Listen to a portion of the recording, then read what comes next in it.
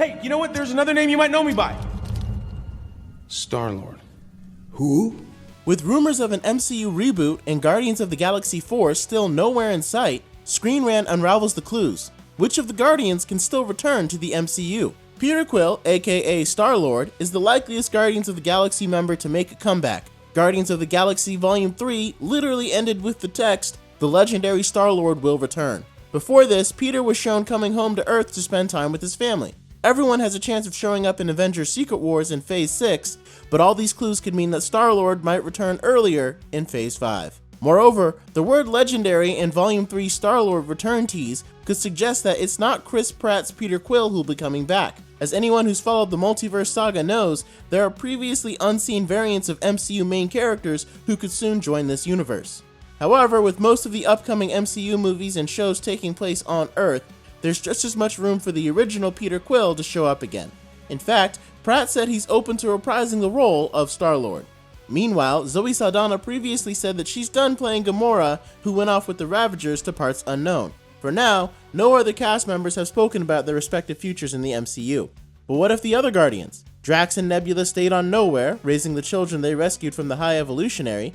The severed head of an ancient celestial, Nowhere, remains the Guardians' permanent headquarters, but it's also a mobile space station. Whenever the MCU takes the story to space, there's always a chance for Drax, Nebula, and their hyper-engineered orphans to reappear.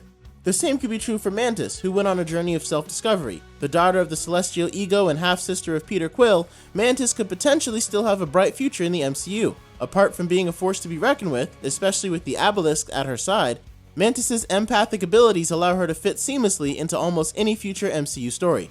How about the new Guardians of the Galaxy team?